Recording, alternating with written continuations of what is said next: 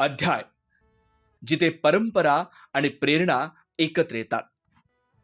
आपल्या सर्वांचं स्वागत आहे आपल्या नव्या अध्यायमध्ये.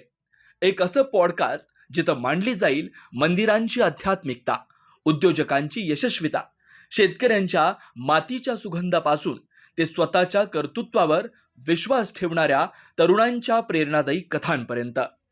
अध्याय म्हणजे भारताचं खरं रूप.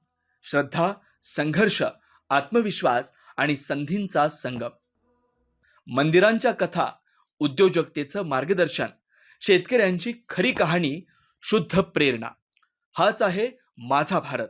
पारंपरिक, प्रामाणिक आणि प्रगतिशील. याचाच आपल्यासाठी घेऊन येतोय नवा अध्याय.